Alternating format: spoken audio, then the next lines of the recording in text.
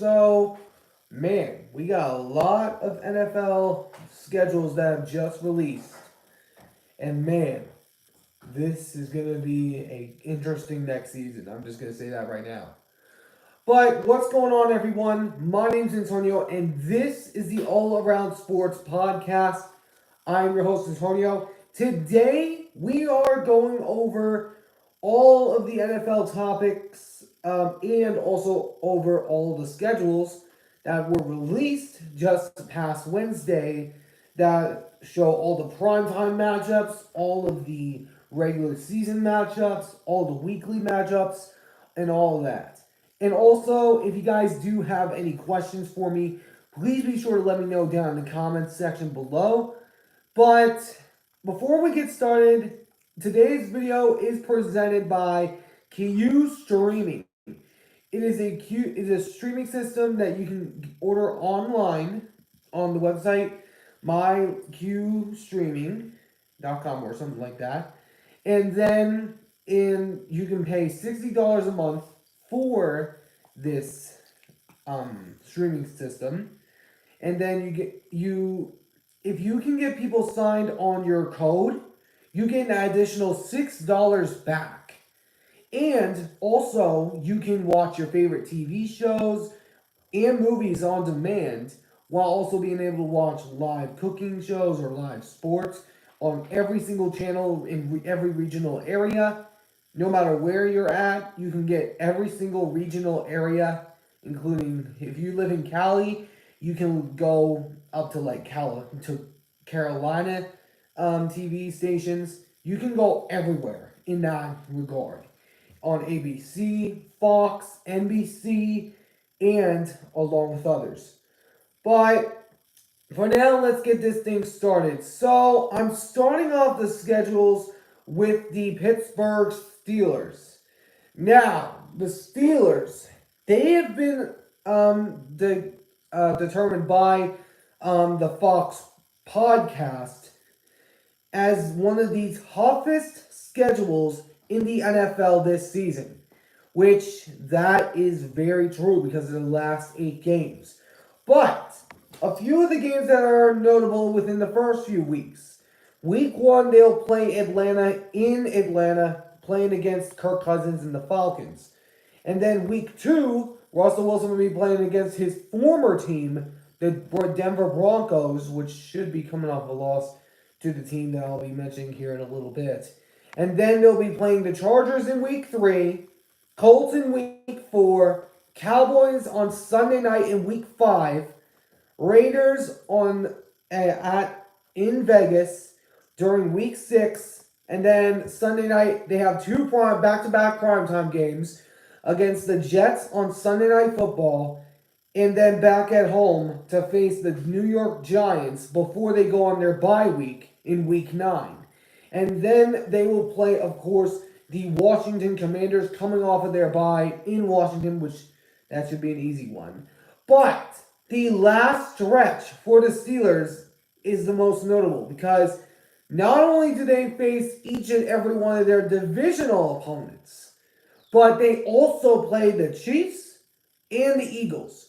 All of those are very tough, hard-nosed teams. The Ravens they'll face in week 11. The Browns they'll face on Thursday night in week 12. They'll be at the Bengals in week 13. Then back home against the Browns in week 14. And then at Philly to take on the Eagles in week 15. At the Ravens in week 16. And then the Chiefs on Christmas Day on Netflix on week 17. And then last but not least, at home against the Bengals. Now, looking at this schedule, the first little span of games I can see is a really, really easy part for their schedule. Because the only notables I have here are the Falcons, Colts, Cowboys, Raiders, and Jets. But then there's that last span. The Ravens, Browns, Bengals, twice in all those 3 weeks. In all those 8 weeks. Including Kansas City and Philly. Which it looks like they're going to have their first losing season.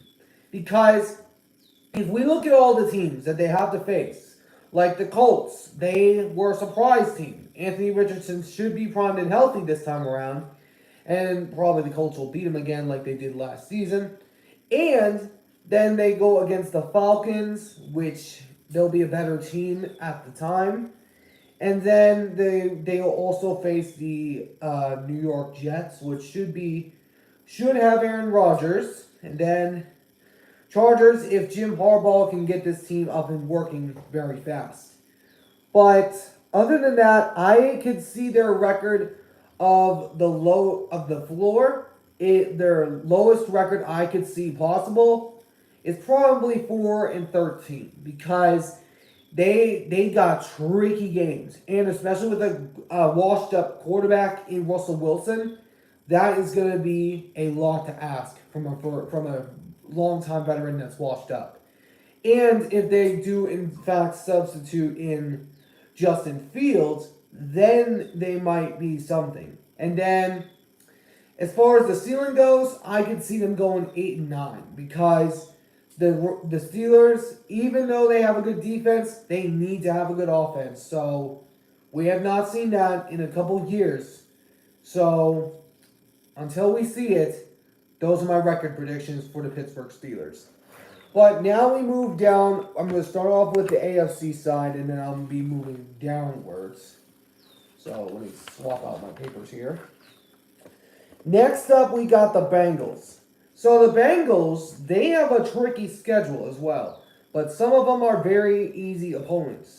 In week 1, they'll play the New England Patriots, which they should win that one. Then they're on the road in Kansas City. Then at home against the Commanders, which Commanders may be a good team, they might not. And then they go against the Carolina Panthers.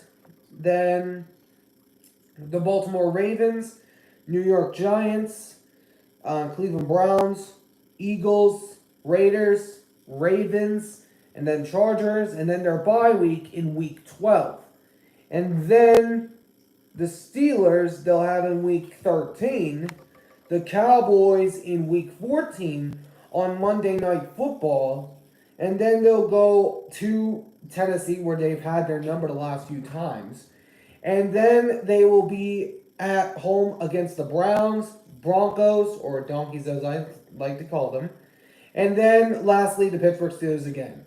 So if we look at this schedule very closely, there are a few opponents that are to keep an eye out for, which is, of course, Kansas City, since they are the defending Super Bowl champion. Then also the Ravens, Browns, Eagles, and Ravens. And then also along with the Chargers and the Steelers. And then Cowboys potentially, if they actually look relevant this year. But if I were to go with a floor for this team as far as record, I could see them going 8-9 if Joe Burrow does get hurt again. But if he doesn't, I could see this team going 12-5 because Joe Burrow's going to be back. He's going to be primed and healthy. Hopefully, he can lead this team to another playoff appearance. Maybe get the job done after a long last because they lost to the Los Angeles Rams in the Super Bowl about 2 years ago. So next up is the Cleveland Browns. Let me just put this paper right behind here real quick. Come on, paper's working with me. There we go. Okay. So as I was saying, next up is the Cleveland Browns. Now the Browns, they have one of the trickiest schedules, which they'll have to go against the Dallas Cowboys in week 1 at home, which will actually be surprisingly Tom Brady's first game announcing, which I was not expecting him to be in the announcing organization after he was retiring. Better him announcing than playing, for crying out loud, if you ask me. But moving down the board, then in week 2, they'll play the Jacksonville Jaguars. In week 3, they'll play against the Giants, which that should be a butt whooping because the Giants, they're trash right now. And then the Browns in week 4 will go against the Raiders in Vegas. And then at the Commanders, and then at the Eagles. And then they'll be at home against the Bengals, Ravens, and Chargers before heading into their bye week in week 10. And then they'll be on the road in New Orleans and then take on the Steelers on Thursday Night Football in week 12. And then they'll face the Broncos in week 13 on Monday night, which that is a little bit of a hard schedule if you ask me. And then that's a little bit of 50-50 either way. And then they play the Steelers again, then the Chiefs, then the Bengals on Thursday night, and then the Dolphins Sunday night, and then lastly the Ravens at the end of the regular season. I'm going to stand up here for a little bit. So, if we look at this schedule right,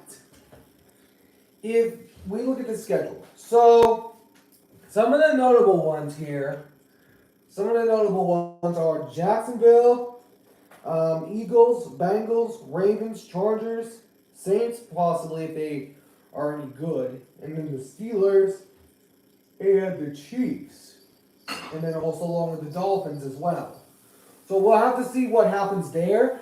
But as far as floor goes, for the record for the Cleveland Browns, I am going to give them 9-8 record at their floor, and then if they do better than lots of people expect, then I can have them being 13-4 because they have a defense that can really rile up opponents, and they also have loads of key weapons on their side on the offensive weapons, including Amari Cooper. So now we move to the defending AFC North champion, which is the Baltimore Ravens. Let me get this set up here real quick. There we go. So, in week 1, they'll go against the defending back-to-back Super Bowl champion, the Kansas City Chiefs. And then in week 2, they'll play the Raiders. Sorry. I don't know how I got yawning all of a sudden. But normally it tends to go away fast. But anyways, then in week 2, they'll go at home against the Raiders. And then week 3, they'll be in Dallas to face the Cowboys. In week 4, they'll face the Buffalo Bills on Sunday night. Week 5, they'll face the Bengals. Week 6, they'll face the Commanders. Week 7, they'll face the Tampa Bay Buccaneers. And then week 8, they will face the Cleveland Browns. Week 9, they'll face the Denver Broncos. Week 10, they'll face the Bengals. Week 11, Steelers. Week number 12 is the Chargers. Week 13 is the Eagles. And then they'll enter into their bye week and then go against the Giants. And then they'll go against the Steelers on a Saturday doubleheader, according to what the things say. And then they'll go against the Houston Texans on Christmas. And they'll go against the Cleveland Browns on the last regular season game. So, the Ravens, we all know, is that it almost went to the Super Bowl last year with Patrick Mahomes obviously standing in his way. But I do... sorry, guys, I've been yawning a little bit. It just started. I was not yawning beforehand, but hopefully we can get that down. So, the Ravens, I think they can do really good. And they got a new running back core. They got a new set of things going on. And I do like the fact that Derrick Henry is now added into this weapon core. And also along with the sneaky draft pick in Quez Walker. Because that dude, I watched him. He is really good. He's athletic. He's got speed. And if you pair him up with Lamar Jackson, he's really good. So, as far as floor for this team, I could see them going 9-8 because we don't know what's going to happen with Lamar if he does get injured or not. And then at the highest, I could see them going 14-3 because their defense could still be dangerous even without Mike McDonald, who's now with the Seahawks, as we all know.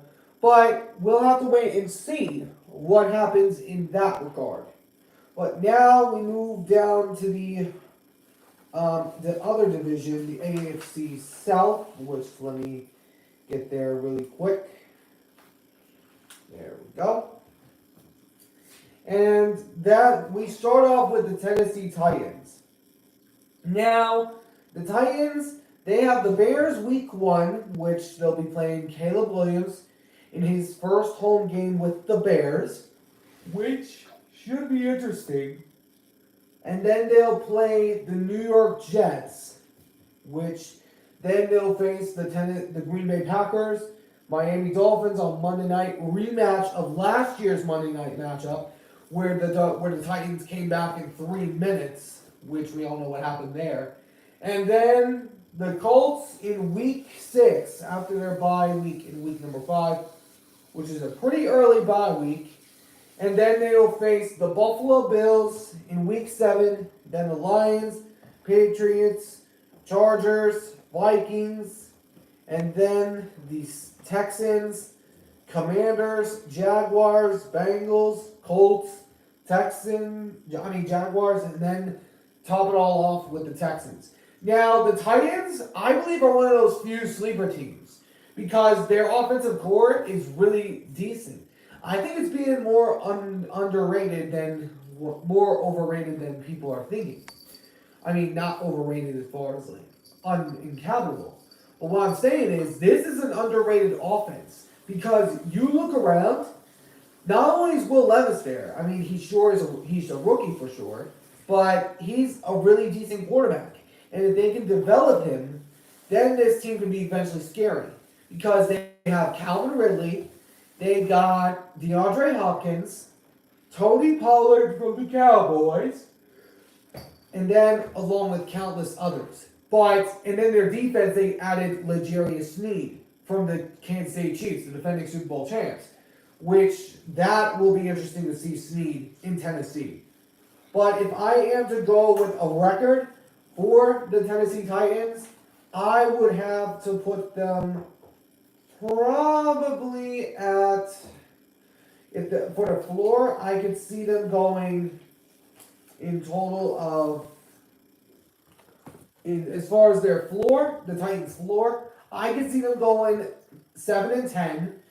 And then as far as the ceiling, I can see them going 9-8 because the Titans, I believe, are a strong offense. They could be a strong offense, and their defense is already good, and you add it on top of L'Jarius Sneed. So we'll see what happens, but let's move down the board here. Next up, we got my friend Cheddar Cooked team, which he was contacting me during one of my live streams.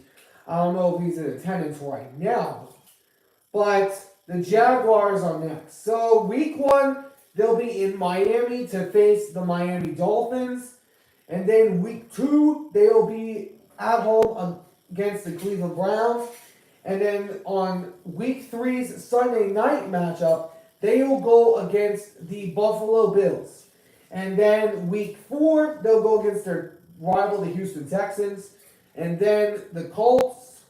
And then they'll be in London twice to face the Bears in week 6 and Patriots in week 7. And then be at home against the Packers, which that'll be interesting to see them go head to head. And then on the road in Philly, which is actually a Sunday night game, which that'll be relatively interesting to see the Jaguars go against the Eagles. And then they'll be on the road in Minnesota, they'll be at home against Minnesota. And then they'll be at home on the road in Detroit to face the Lions just before their bye week in week 12. And then week 13, they open up right away against the Texans. And then they'll face the Titans in Tennessee. And then they'll face the New York Jets at home. And then they'll go on the road to Vegas to take on the Raiders. Then be at home against the Titans. And then lastly, go on the road to Indianapolis to take on the Colts in the regular season finale. But the Jaguars, I do think this team is going to be scary next year because Even though they had a late season collapse last year, I do see them getting rebounding from last year's slight collapse. So we'll see what happens as far as this regard. So as far as the floor goes for the Jaguars, I could see this team going 9-8 as far as the floor, and then as the high record, I could see them going 11-6 because I think that Trevor Lawrence is really good. I think he's going to be better this year and hopefully get more protection so that way he can be fully primed and healthy for all the games next season because he was getting pressured by some of the defenses that he had to face an awful lot. And now one of the teams I have as a sleeper team, which is the Indianapolis Colts. And the Colts, week 1 they'll face the Texans. Oh, hey, no barking, Ghost. Sorry about that, guys. I was talking to my dogs. But week 1 they'll face against the Houston Texans. Week 2 they'll be on the road in Lambeau Field to take on the Packers. And the Lambeau Field, I think that's what it is. Don't quote me on that. But then they'll go at home against the Bears and Steelers, and then be on the road 2 straight against the Jags and Titans. And then they'll be at home against the Dolphins, on the road against the Texans and the Vikings. And then they'll be at home against the Buffalo Bills, on the road in New York to take on Jets on Sunday night. And then they'll be at home against the Detroit Lions, which that one should be relatively interesting. Then they'll face the Patriots before entering into their bye week, which should be an easy win there. And then they'll go into, after their bye week, they'll go into Denver to face the Broncos. And then they'll face the Titans at home, Giants on the road, and then the Jags at home one last time. So, as far as the Colts, I do see the Colts being a good team next year because Anthony Richardson, I know, is a ball hawk. And he can throw darts. And if this team can build around him very quickly, which they have already done with a few of their weapons, I could see this team without a doubt being a tough team. And as far as like floor record goes, I could see the Colts being 9-8. But as far as ceiling goes, I could see them being 11-6 because their offense is good and their defense is getting even stronger with Leatia Latu. So we'll see what happens. But now we move to the defending AFC South champion, which is the Houston Texans. One of the surprises of last season, which we all know that no one, including myself, saw this coming, of going 10-7 the last few years. In the last year, in the year prior, they went a total of 13-1, and then immediately turn it around to become 10-7, and ultimately winning the AFC South because of the Titans beating the Jaguars. But this is going to be relatively interesting because the Texans, week 1, they'll go against the Indianapolis Colts, and then week 2, they'll have a Sunday night game against the number 1 pick of this season's draft, which is Caleb Williams. And then they'll be on the road in Minnesota to take on the Vikings. Then the Jaguars at home, and then the Bills at home as well, which I don't know why that's not primetime games. And then they'll be on the road against the Patriots and Packers, which though the Patriots should be relatively easy win because they're one of the worst teams in the National Football League right now. But anyways, then they'll go against the Colts week 8, Jets week 9 on Thursday Night Football, week 10 on Sunday Night Football, and then week 11 against the Dallas Cowboys on Monday night in week 11, and then Tennessee in week 12, Jaguars in week 13, then the Texans will have their bye week, the Dolphins, then at Kansas City, which that one will be one to watch and then they'll be at home against the Ravens, and then go against the Tennessee Titans to finish it all off. Now, the Texans, I think right now, just me personally, I think they're one of the most complete teams in the AFC South because we look at their team, we look at their squad. You got Stephon Diggs, Joe Mixon, Nico Collins, Tank Dell, Dalton Schultz, and I mean the name list is endless. And the Texans, I believe, are a really good team. I believe they have potential to be the number one seed, and I believe they're one of the best teams of the AFC at this moment. The ones that I have highlighted for the Texans is the Week 11 game against the Cowboys, which will be the battle for Texas. But we all know the Texans are probably going to beat the Cowboys behind. And then Week 16 against Kansas City. This one is a highlighted mark because this game can ultimately be the deciding factor. Hold on just a second, guys.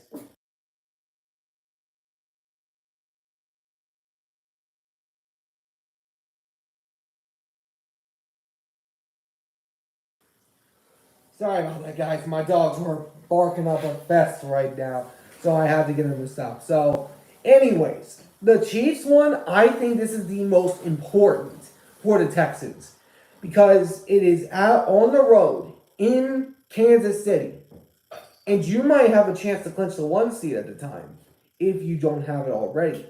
But this game, I think, is going to be a close one.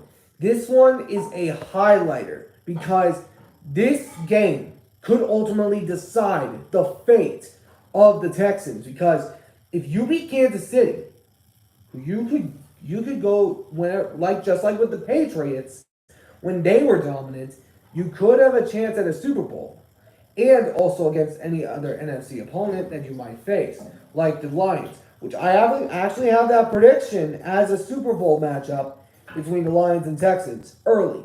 Now, I do like that matchup because that is going to be a very interesting game. So, as far as floor goes for this team, I could see them easily going a total win record of a floor record. I could see them going 9-8 because they're still a good team. I could see them going over 500 again.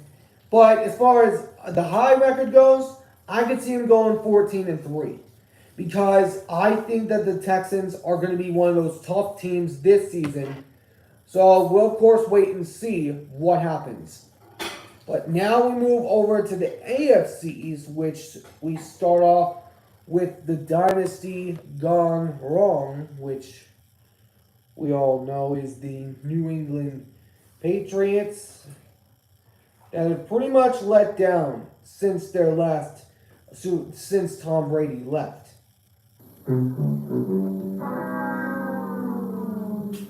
But the Patriots have been one of the worst teams in the National Football League for the past few years.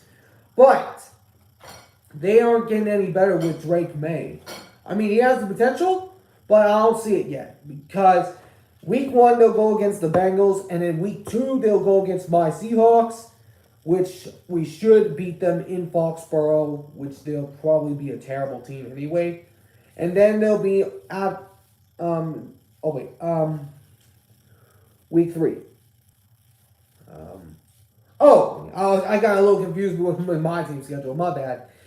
But they'll be at the New York Jets for week 3 on Thursday Night Football, and then they'll be at the 49ers. Then they'll be at home 2 straight against the Miami Dolphins and the Texans, and then they'll be on the road in London to take on the Jaguars, and then they'll be at home against the Jets, and then they'll be on the road in Tennessee and Chicago, and then they'll be at home against the Rams, and then go on the road to Miami, Colts, and then they'll hit their bye week. Then they'll be at Arizona to take on the Cardinals, and then they'll be at home against the Bills, Chargers, and then at Buffalo. So, I'm at home against Buffalo in week 18. So, I do think the Patriots are going to be one of those terrible teams in the National Football League. because Tom Brady's gone and Belichick is now gone, which was a big disaster after Tom Brady left. We all know that Tom Brady shouldn't have been pushed out of New England because you don't do that, my man. You don't let go of the golden boy. You don't let that type of man go. So, as far as the low record I could see for the Patriots, I could see them going 0-17 because they're terrible. Their offense is trash. Their defense is terrible. But as far as the ceiling, if they can get a few wins, then I can see them going 2-15. 2-15. Because even though they're going to be fighting, the Patriots are going to end up either 0-17 or 2-12. But for those of you current viewers currently in the room, I've been going over loads of loads of the schedules. I've gone over some of the opponents from the AFC South and AFC North. I'm currently on the AFC East, which I just got done with the New England Patriots. So now we go over to the Jets, which with Aaron Rodgers should hopefully be different. Should. Not maybe. But week 1, they'll be on the road in San Francisco to take on the 49ers on Monday night. Then they'll be at home against the Tennessee Titans. Then they'll be at home against the Patriots, and then the Broncos. And then they'll be in London to take on the Vikings. Have 2 primetime games back-to-back. Week 6 at home against the Bills. Week 7 on the road in Pittsburgh. And then on the road in New England.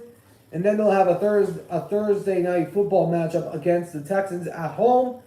They'll be on the road in Arizona to face the Cardinals. Then they'll be at home to face the Colts on Sunday night. Then they'll have their bye and then go against the Seahawks week 13. And then they'll go against the Miami Dolphins on the road in Miami in week 14. Then on the road in Jacksonville, at home against the Rams, on the road against the Bills, and at home against the Dolphins. Now the Jets, they have 6 primetime games. 6. And it's right there with the Cowboys and 49ers for the most this season. But let me ask people out there one thing. Why do the Jets have 6 primetime games? I mean, really? Really? I mean, I know Aaron Rodgers is a bad man. I know that. But why are we all of a sudden putting them all on primetime games? Why are we all of a sudden doing that? I know it's for the cash. But why? Because the Jets have not even been relevant.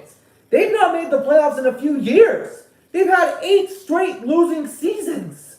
They've not even sniffed the playoffs for a while. And the Jets, we're looking at them like a Super Bowl contender already with Aaron Rodgers. Already we're looking at him as a Super Bowl contender. Already. Why? Because Aaron Rodgers, he went through 4 snaps and then tore his Achilles.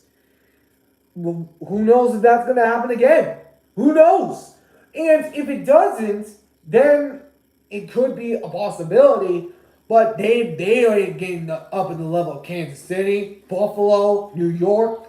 They ain't getting up anywhere up above those high-notch AFC gauntlet teams. Because they have proven themselves. Their defense, sure. Their offense, not yet. Because they have good offensive linemen, I will admit. But they need to prove themselves. They need to prove themselves. And week 13, it's in MetLife.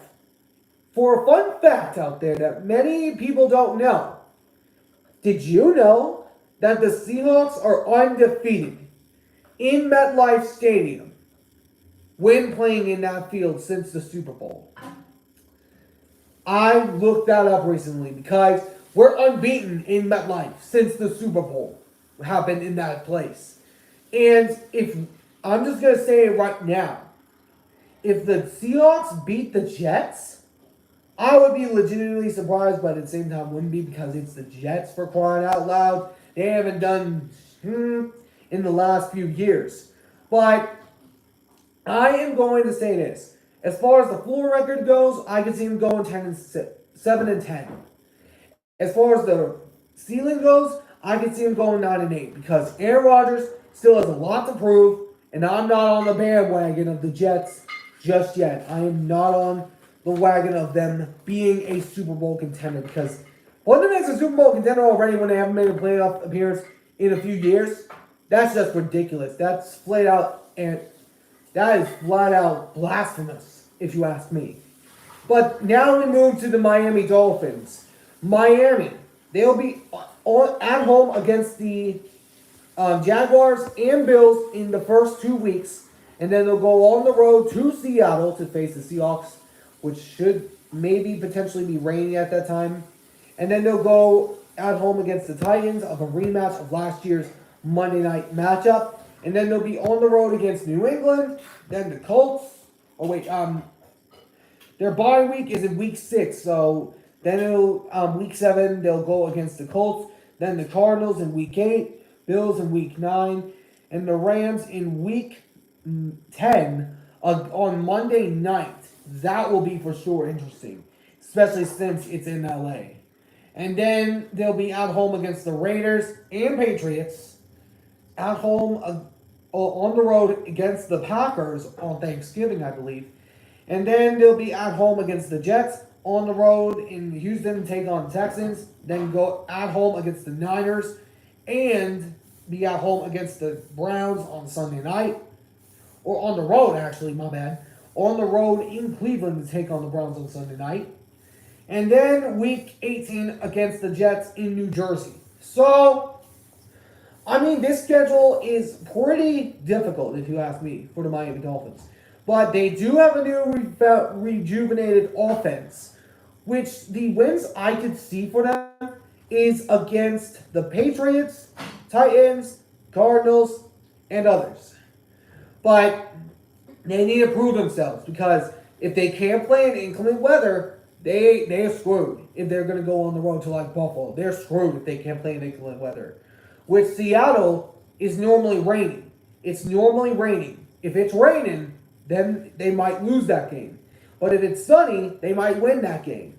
Because the Miami Dolphins, Tua, is known for playing bad in inclement weather, in rain, snow, freezing temperatures. And if he can't perform under those circumstances, you cannot be a quarterback in the NFL. Because you play everywhere. You play in the East Coast. You play Midwest. You play in every single environment. Snow, rain, sunshine. It doesn't matter if you're a good, accurate quarterback. What matters is that you show up when it counts. You show up. You don't let the weather bring you down. Now, I know it's hard to play in different kinds of weather. But you cannot play in bad weather and lose every time. Because currently in inclement weather, Tua has not won a single one. He's never won in inclement weather. Never. Including last year's playoff game, which was like -6. So if you are Miami, you need to play in inclement weather. Because you might be enjoying that sunshine of Miami a little bit much. You might be enjoying that sunshine. You might be enjoying it. But when you go on the road, it's a whole different game. So we'll see what happens. But as far as the floor goes for the Miami Dolphins, I could see them going 9-8.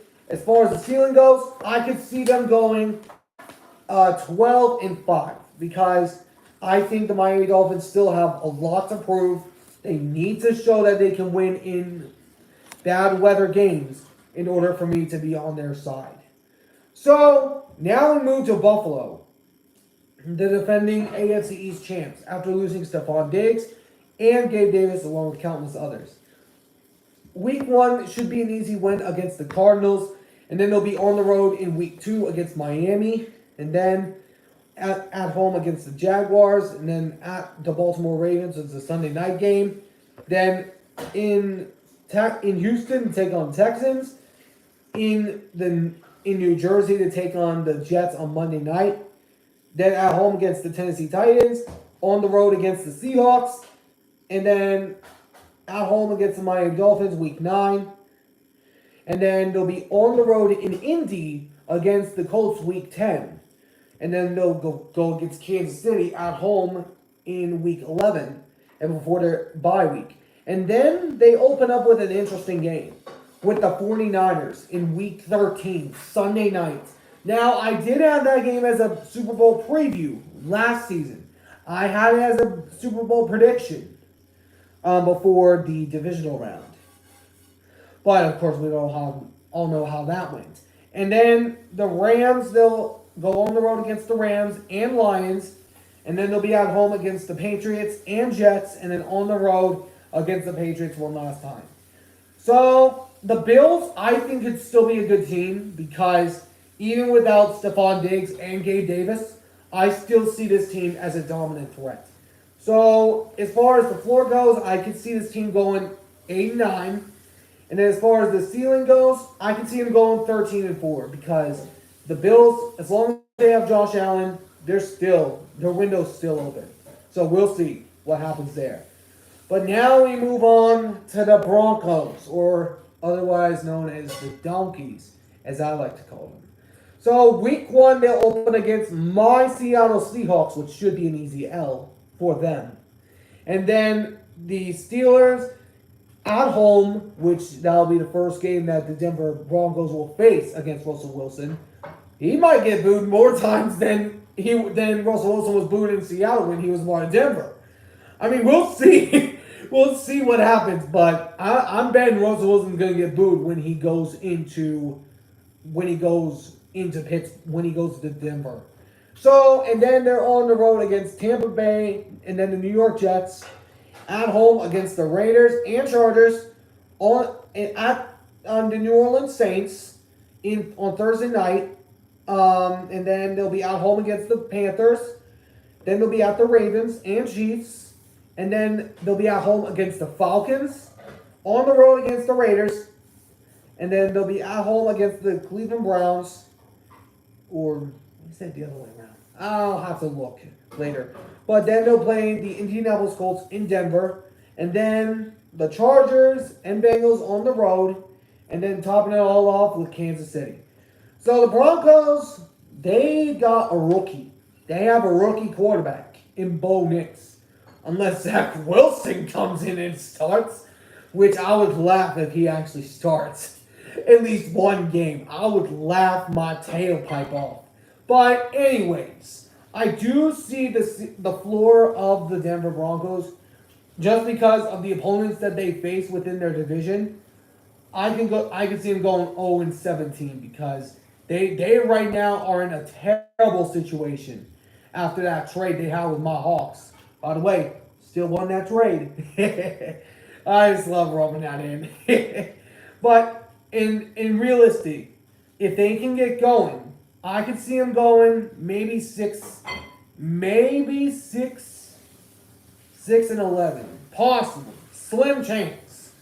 But now we move to the Chargers under new management in Jim Harbaugh, which week 1 they will go against the Raiders at home, and then they'll be on the road 2 straight against the Panthers and Steelers, and then at home against Kansas City, which then will go on their bye week, and then at Denver, at Arizona, and then week 8 against the Saints at home, and then they'll go on the road to Cleveland to take on the Browns. Then they'll be at home against the Titans and Bengals, and then we got the rematch of the Harbaugh Bowl in week 12 on Monday night. It has been, oh my gosh, it has been over 11 years since we saw the Harbaugh brothers going at it. And man, we get to see it on prime time. That is going to be an amazing game. I might call that game because that game is so intriguing. That game is so interesting because Harbaugh and Harbaugh, they have not faced each other in 11 years in the NFL. Oh man, this is exciting. I'm just excited just talking about it. So, anyways, week 13, they'll go on the road against the Falcons, and then on the road again against Kansas City on Sunday night.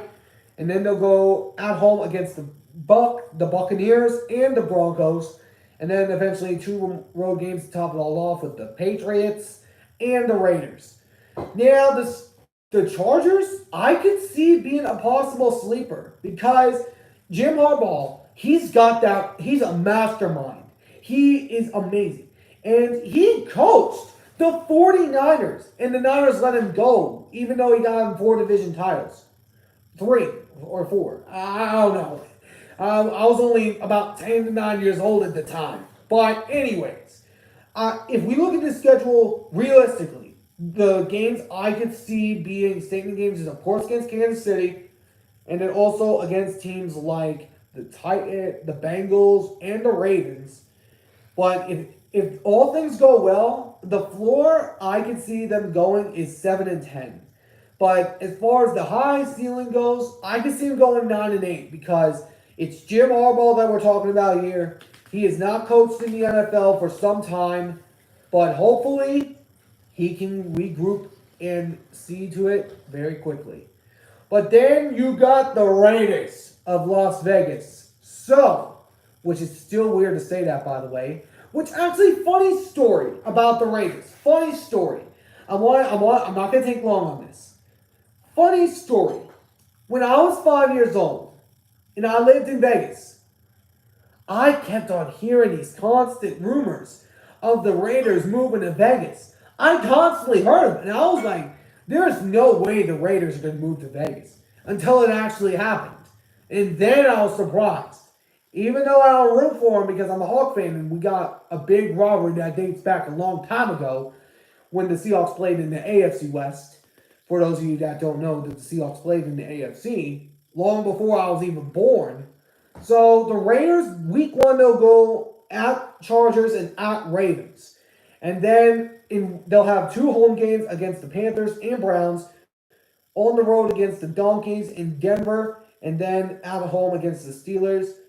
On the road in LA to face the Rams, which they got a big fan base in LA, in the Raiders organization because they used to play in LA, from what I know from their history. And then they go at home against Kansas City, and then on the road to Cincy to take on the Bengals, a rematch of a few years ago's wild card game that won the Bengals their first playoff game in over 30 years. And then they'll be on the road against the Miami Dolphins, then at home against the Broncos, on the road against the Chiefs on Christmas, and at home against on the road against the Buccaneers, at home against the Falcons on Monday night's doubleheader that week, and then the Jacksonville Jaguars at home, and then at New Orleans to take on the Saints, and then at home against the Chargers.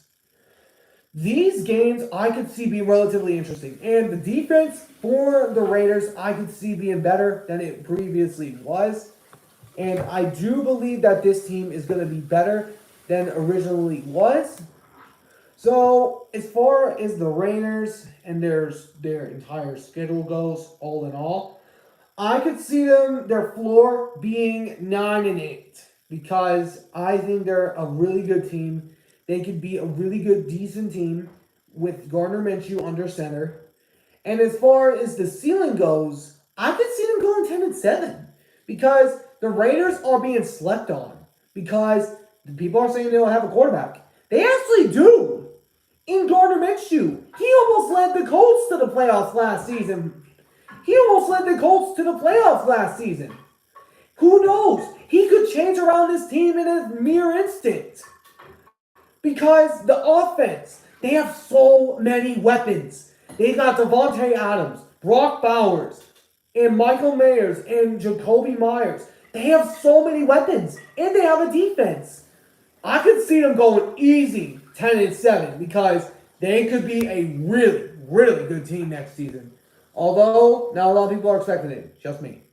But now we move down the board to the defending back-to-back Super Bowl champion, the Kansas City Chiefs, and the last team of the AFC. Now, week 1, they'll go against the Ravens. Week 2, they'll go against the Bengals. Week 3, on the road against the Falcons on Sunday night. And then on the road in LA to take on the Chargers. at home against the Saints on Monday night. And then they'll have their bye, and then they'll go on the road against the 49ers, which they should easily beat them since they've had their number the last few times. And then they'll be on the road against the Raiders, and then at home against the Buccaneers on Monday Night Football. And then they'll go on the road at home against the Broncos. And then they'll go on the road against the Bills in Week 11. On the road against Carolina, which that should be an easy dub for the Chiefs. And then they'll go to a home game on Christmas against the Raiders. And then they'll go on the road at home against the Chargers on Sunday night. And then they'll be out on the road in Cleveland to take on the Browns. And then at home to take on the Texans. And then last but not least, the last two games are against the Steelers on the road and the Broncos on the road. So I do believe that this schedule is difficult for the Chiefs. Although I expect the Raiders and Chargers to be competitive with the Chiefs, I do expect to see the Chiefs back in the fighting race. But a game I have highlighted here, Week 16 against Houston, that is a huge statement if the Texans beat them. And I'm expecting them to because CJ Stroud is a whole nother beast. He's got lots of weapons, and we should see that happen. But as far as the floor goes for this team, I could see them going 10-7. As far as the ceiling goes, I can see them going 15-2 because they could be a really good team and they could be utterly dominant, and they could beat up a lot of teams behind. So Chiefs, highest record I can see for them, 15-2. But now we move down to the NFC South. For those of you just joining, I just wrapped up with the AFC, and I'm just moving on to the NFC. If you guys do have any questions throughout the entire video, please be sure to let me know in the chat. So let me see if there's anything going on in the chat. Nothing yet. Okay. I just wanted to get a look-see. So, let me check one more time here. Nope, nothing yet. So, if you guys have a question for me, let me know in the chat room. But for now, let's get down to the next topic. So, Carolina, also known as one of the biggest embarrassments of last season, they've got a tricky schedule of not only going against their divisional opponents twice a week, 2 times. They also have to face the entire AFC West, which is the Chargers, Raiders, Bengals, and loads of teams that are just gonna destroy them. But the Panthers, I'm not gonna even say their schedule because they're such a bad, awful team. And the Panthers, I could see their lowest record being 0-17 because Bryce Young I don't think he's ready yet, but it's going to take him a while to develop.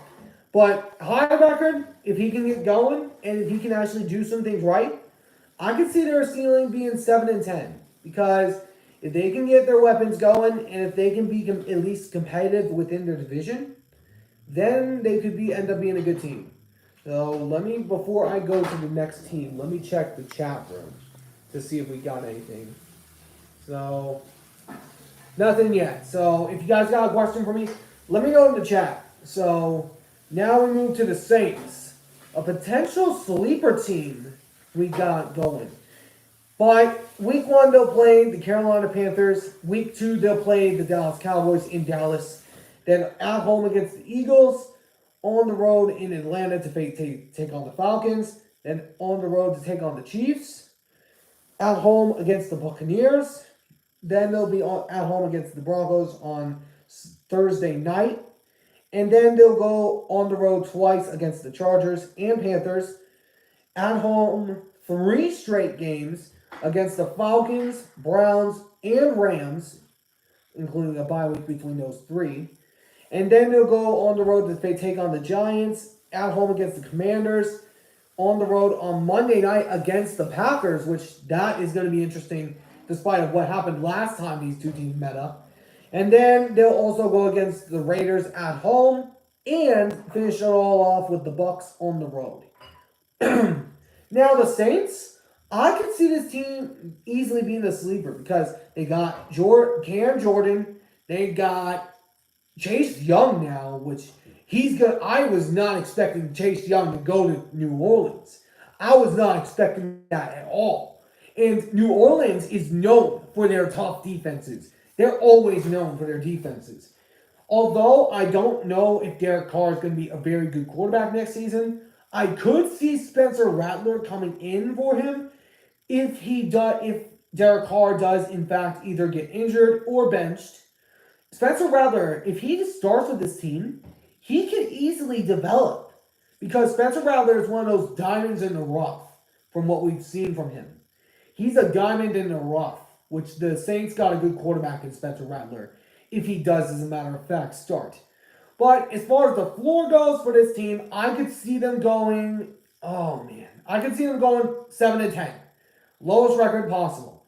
As far as the ceiling goes, if their offense can get under control, if their defense plays really good, I could see them going 9-8 because if they can play their best game, they could be a dominant threat. They could be a dangerous team because I never sleep on the Saints whenever we play them, for crying out loud. I never sleep on them then.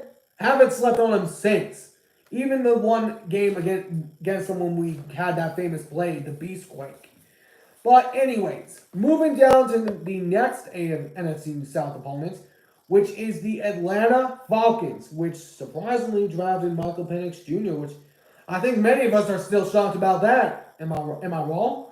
But anyways, the Falcons week 1, they'll have the Pittsburgh Steelers at home. I could see them easily winning that game because it's Russell Wilson. And then week 2, they'll have the Eagles on the road on Monday night. And then they'll have another Sunday night game against the Chiefs, which that I think should be relatively interesting. That could be interesting. But then they'll be at home against the Saints, and then the Bucs on Thursday night, and then they'll be on the road against the Panthers, easy win. And then at home against Monty and the Seahawks, which that will be an interesting battle. That's going to be fairly interesting to see the Seahawks and Falcons go head to head. Because the last few times they've had our number, so we'll see what happens that time. But then they'll be on the road in Tampa Bay to take on the Bucs, and at home against the Cowboys, which may possibly be an upset for the Atlanta Falcons. I can see them winning that game. And then on the road, 2 straight against the Saints and Broncos before their bye week. And then at home against the Chargers. On the road, 2 straight against the Vikings and the Raiders on Monday night for the Raiders. And then week 16 against the Giants at home. On the road against the Commanders. And then topping it all off with a home game against the Carolina Panthers.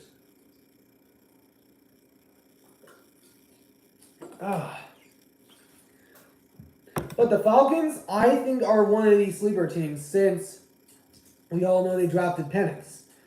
But other than that, I like the way they went in the draft. Because you got Breland Trice, you got Rook Ororo, and you got Dorless. Brandon Dorless. Which those 3 guys are really good pass rushers. And if they can get going on this defense, they can be dangerous. I mean, really, they could be dangerous. So, as far as full record goes for the Falcons, I could see them going a total of maybe 9-8, of a low record of maybe 8-9. As far as the high record I could see for them, could possibly be 10-7. Who knows? We've seen crazier things before, so we'll see what happens. But then you got the Tampa Bay Buccaneers, which the Bucs have been one of those teams that have been slept on, even with Baker Mayfield, and got as far as they did last season into the divisional round, which shocked a lot of people, except me. But they'll be on the road, at home against the Commanders, and then their home games are against the Commanders, Broncos, Niners, Raiders, Ravens, Falcons, Panthers, and Saints. And then on the road games that the Bucs will be against the Lions, Panthers, Falcons, Saints, Chargers, Cowboys, and Chiefs. Now these games, the Bucs, I believe they're going to be another sleeper. they're going to be competitive for the NFC South because I think they're going to be a really tough team this year. But of course, we'll see what happens. But as far as floor goes, for the record, I could see for them, I could see them going an easy record of maybe a slow record of 8-9. As far as the high ceiling for them, I could see them going 10-7 because the Buccaneers, I could see them being a dominant threat because their defense is amazing, their offense is skilled and talented, but we'll see what happens. And now you got the Minnesota Vikings. The Vikings, after drafting a rookie quarterback in J.J. McCarthy, will go on the road in the road games that they'll have for the Minnesota Vikings will be the Giants, Packers, Rams, Jags, Titans, Seahawks, and Lions. And then the home games they'll have is against the 49ers, Texans, not Jets, Lions, Colts, Cardinals, Falcons, and Packers. So the Vikings, I believe, are an interesting setup because the Vikings, I think, are going to be a sleeper this season because they have a good offensive weapon set and also a good defensive weapon set. Because this team is a really good defense, and with an offensive mastermind like Kevin O'Connell, I can see this team being a threat immediately. Could, potentially. As far as floor goes, I can see them going 5-12 because if all comes to worst, J.J. McCarthy doesn't perform immediately and gets hurt or something else. And their ceiling, I can see them going 9-8 because the Vikings, they have always been an underestimated team, and maybe, just maybe, they can sneak into the playoffs. But now we move to the next team on this list of teams, the Green Bay Packers. Now the Packers, their first few games are relatively difficult against the Eagles and Colts. And then, of course, the Titans on the road. But the most notable games for the Packers this season is against the 49ers, the Dolphins, Lions, Seahawks, and the Jaguars and Texans. Now, this schedule is going to be difficult for the Packers because they were one of the biggest surprises of last season. The one I am highlighting is their Sunday night game against my team, the Seahawks. Man, it's been years since these two teams faced off against one another. That's going to be relatively interesting. But as far as the floor record goes, I can see them going maybe 7-10. As far as their ceiling goes, I could see them going maybe 12-5. Because their team is really good. Their team, they got great offense, they got great defense. We'll just have to wait and see what happens. And then you got the number 1 pick and number 9 overall pick going at it on the Chicago Bears. The Bears are already being considered a playoff team. Not in my mindset just yet. But the schedule for the Bears, they go at home against the Titans, and then on the road against the Texans, and then out on the road again against the Colts. Then at home against the Rams, Panthers, and then go to London to take on the Jags before their bye week. And then they'll take on the Commanders on the road and also along with the Cardinals. Then be at home for 3 straight games against the Patriots, Packers, Vikings, and then go on the road 3 times against the Lions, 49ers, and the Minnesota Vikings. And then be at home 2 straight against the Lions and Seahawks on Thursday night. And then the Packers, week 18, to top it all off in Lambeau Field. So that one will be relatively interesting. The Bears, I mean, they could easily be a sneaky team in the playoffs. Easily.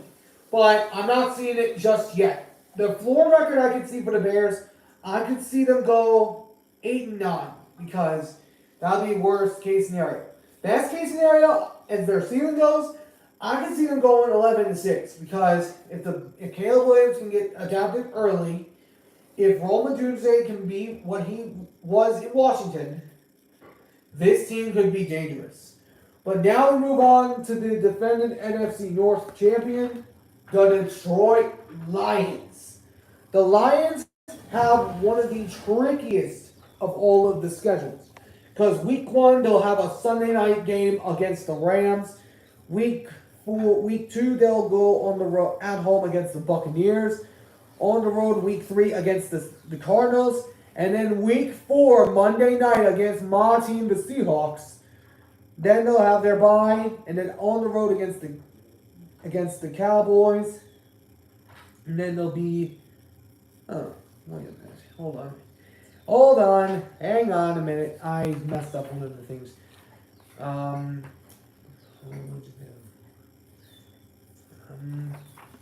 Hang on just a moment, guys. And then they'll be at home against the Vikings. And then they'll go against the Titans, Packers, Texans on Sunday night, Jaguars, Colts, Bears, Packers, Bills, Bears, then the Niners on Sunday night in San Fran, and then the Vikings. Now, the Lions I see as a Super Bowl contender because they got new weapons, they got new things all around. So, we'll see what happens, but as far as floor goes, I can see them going 9-8. As far as the ceiling goes for the Lions, I can see them going 12-5. But now we move to the Commanders, one of the few worst teams, which my guy Bobby Wagner's there right now. Hopefully he does well. And the week 1 game they will have against. Oh, that doesn't make sense. Hold on. They'll have. I don't know who they face week 1, but week 2 they will go against the Giants. They'll go against the Bears. And then countless others. I'm not going to even talk about the rest of the schedule because the schedule is difficult. I'm just going to say that much.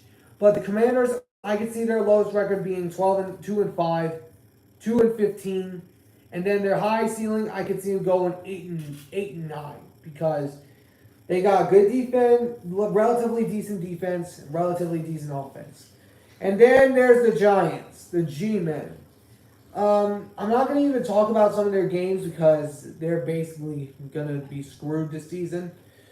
But as far as floor goes for the Giants, I do think they could go 5-12.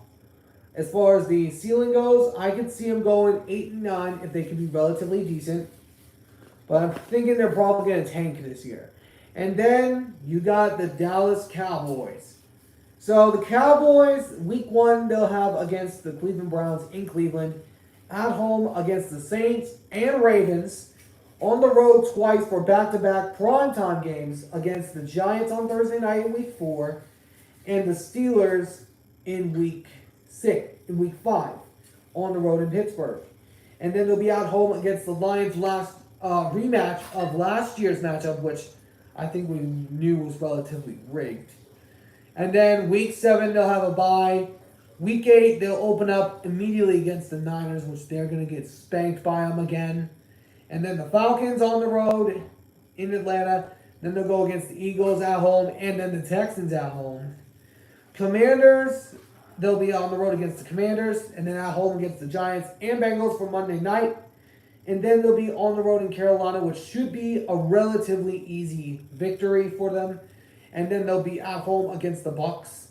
And then they'll be on the road in Philly, and then top it all off with the Commanders.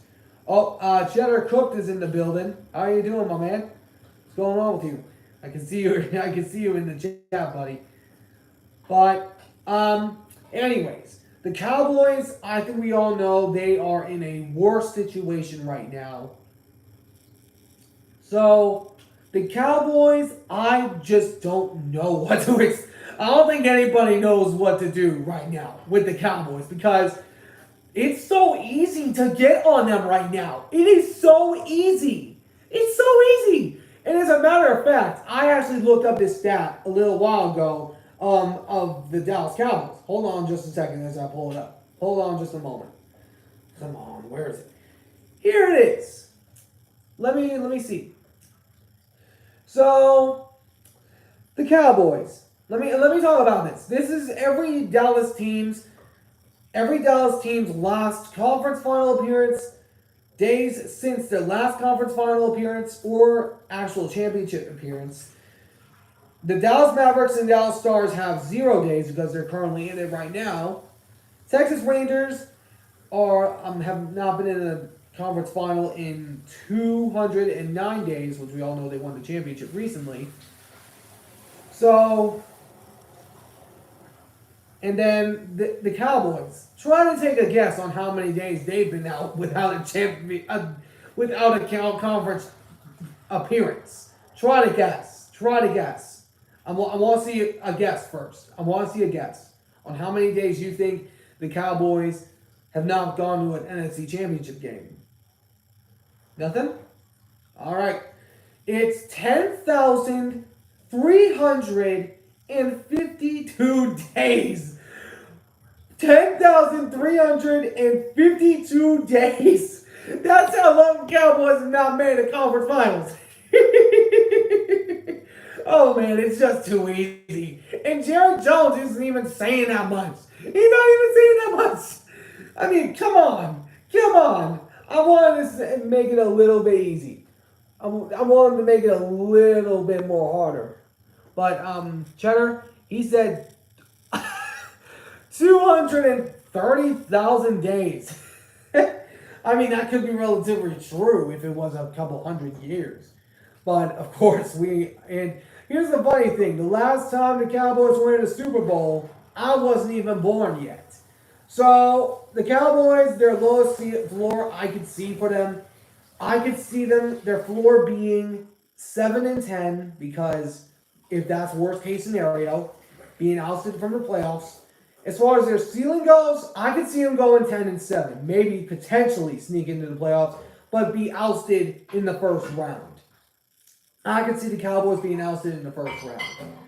So now we move to the Philadelphia Eagles. Now the Eagles, they have a relatively interesting schedule.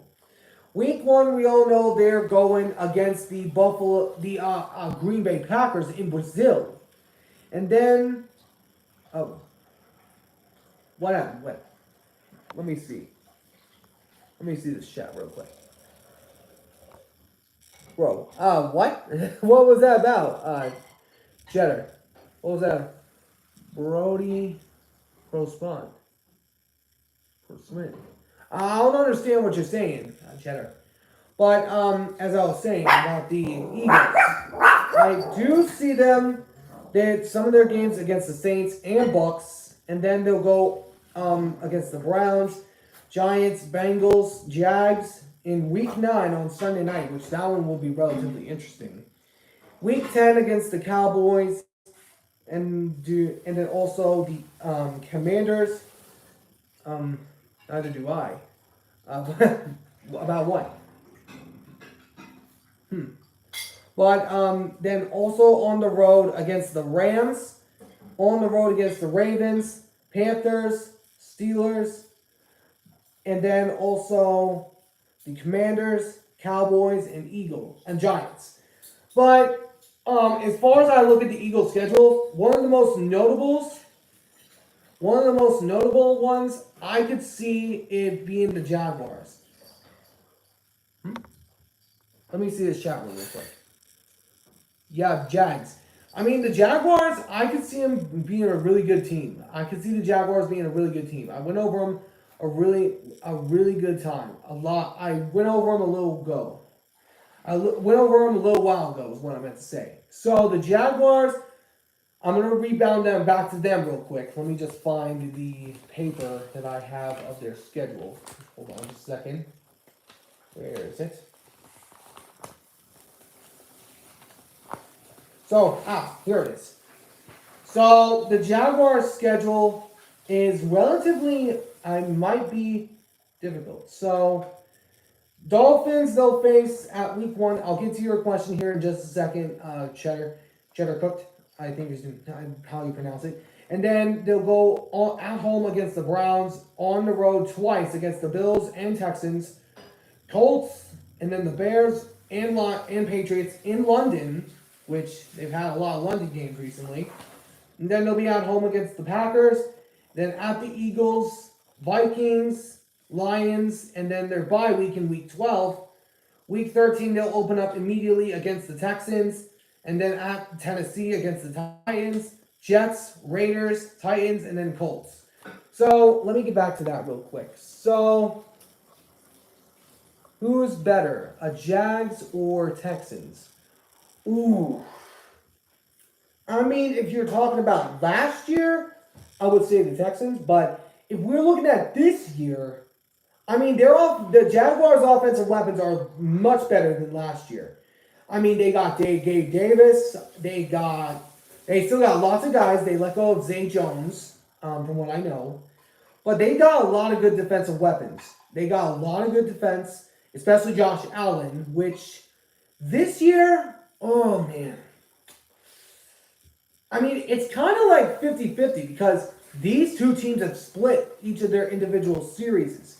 Each team has split the series for the last 2 years. They've split for the last 2 years. So, if I had to take them in a matchup, I would probably go with the Jaguars because I think they're overall the better team.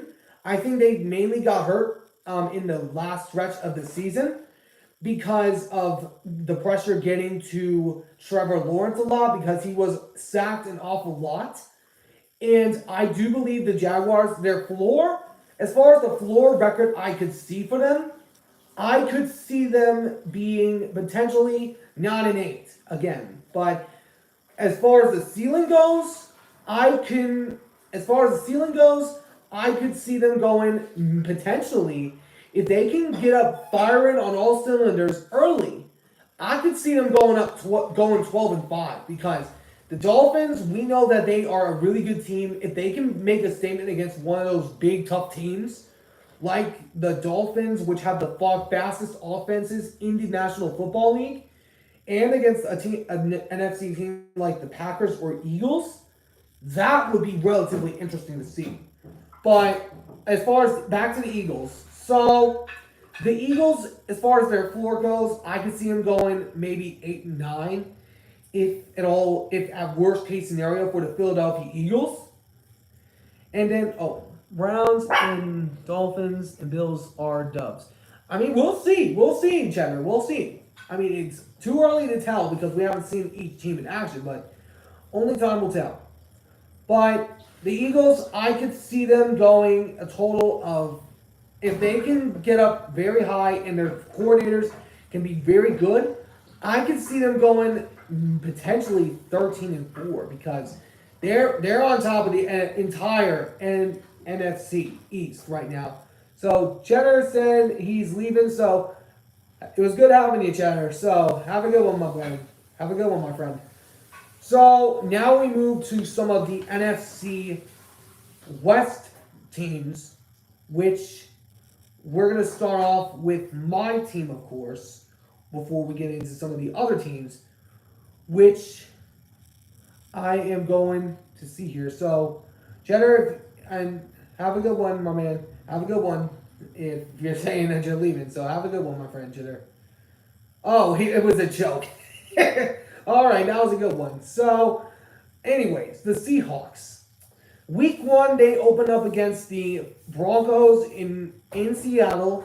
Week 2, they'll go against the Patriots in New England. Week 3, they go against Miami. Week 4, they go against the Lions on prime time. And then the Giants week 5. And then the 49ers in week 6 against the 49ers at home on Thursday night. And then they'll be on the road in Atlanta to take on the Falcons, at home against the Bills and Rams before their bye, which they'll open up immediately with the 49ers. And then the Cardinals, Jets, Cardinals. And then the Packers on Sunday night, the Vikings at home, and then they'll finish off with 2 road games back to back.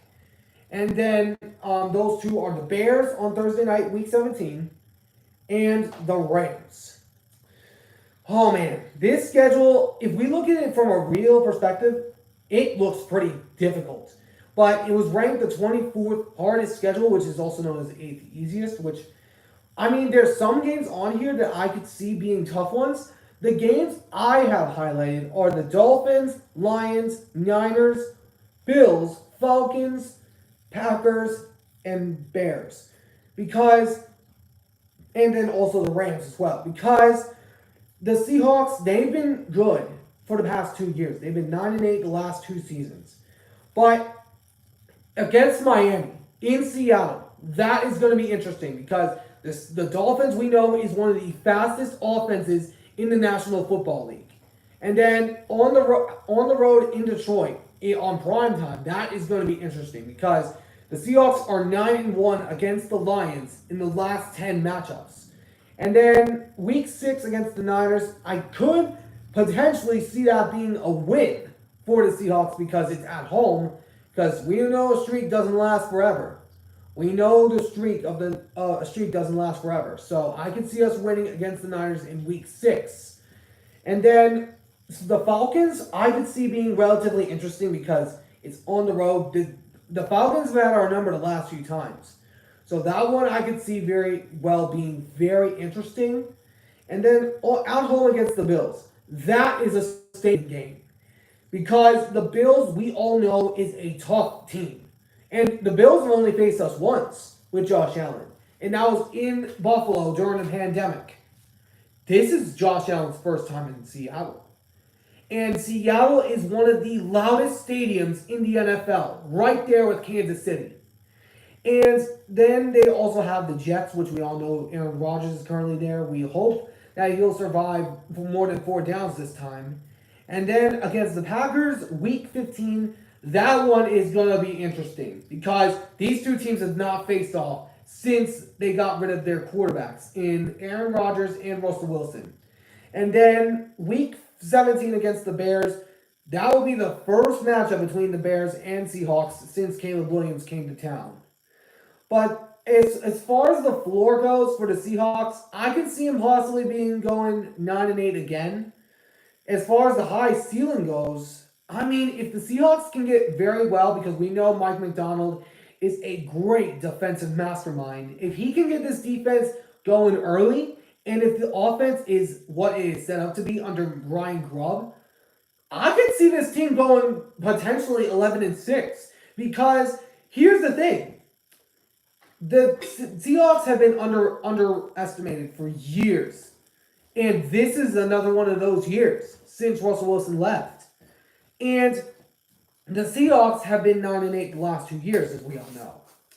I can see it being different because Mike Macdonald, new coaching staff, new players, new team.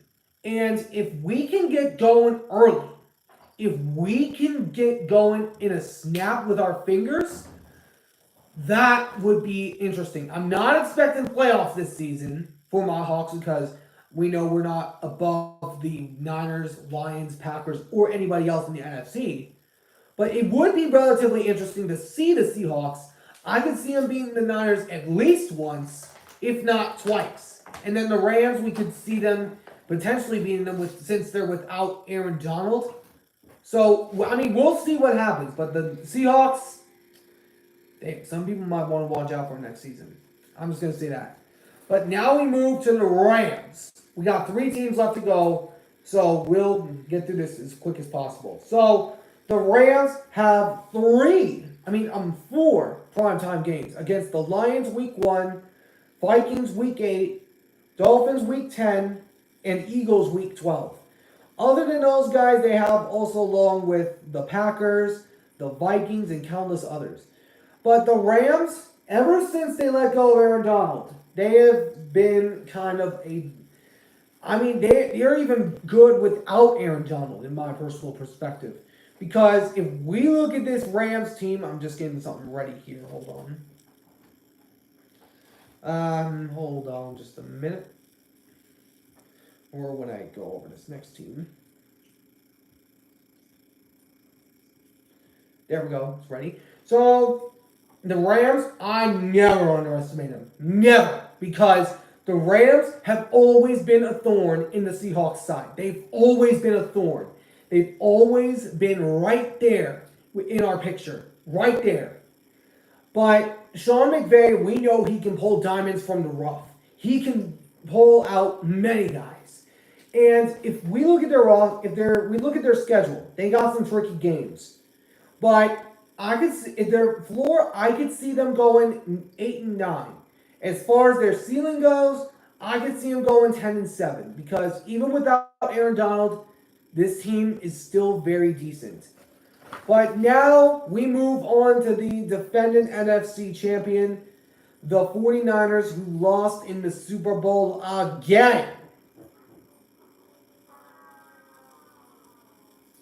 But the 49ers, after losing in the Super Bowl once again, like they always do in the last 21st century, they have a tricky schedule against the Jets, Vikings, Rams, Patriots, Cardinals, Seahawks, Chiefs, Cowboys, Bucks, Seahawks again, and then Packers, Bills, Bears, Rams, Dolphins, Lions, and then Cardinals.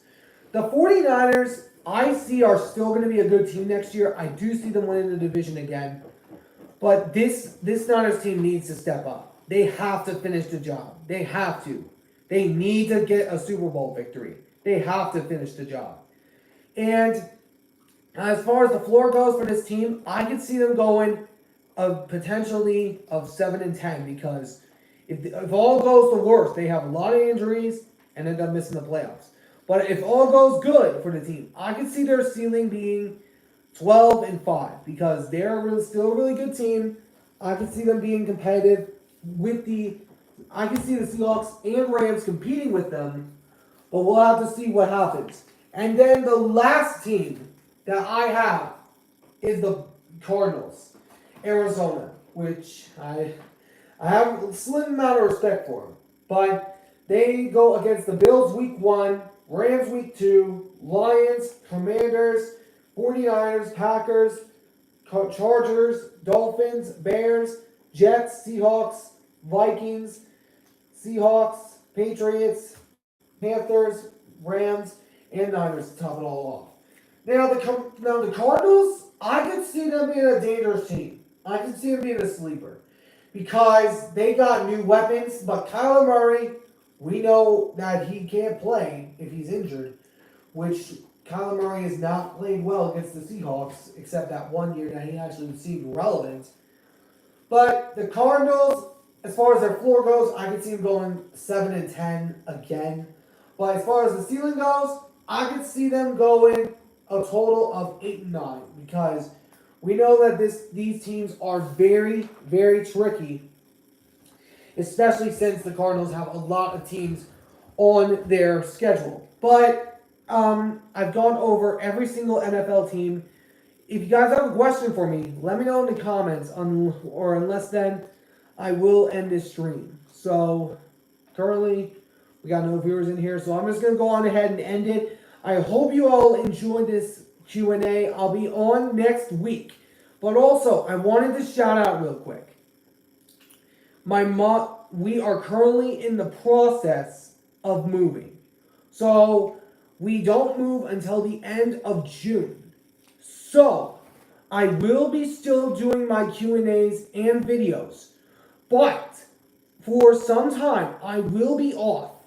And the cities that I'll be going through, I'm not going to say them because that would be security measure. That would be not good. So not going to risk it. But we're going to be passing through a few cities. A few of them are sports cities. But hopefully our next move will be a lot better. We'll have a great space that I will have my set up. So I hope you guys enjoyed. If you did, please make sure to hit that like button down below. Subscribe if you haven't already. And I'll catch you all in the next one. Ciao for now.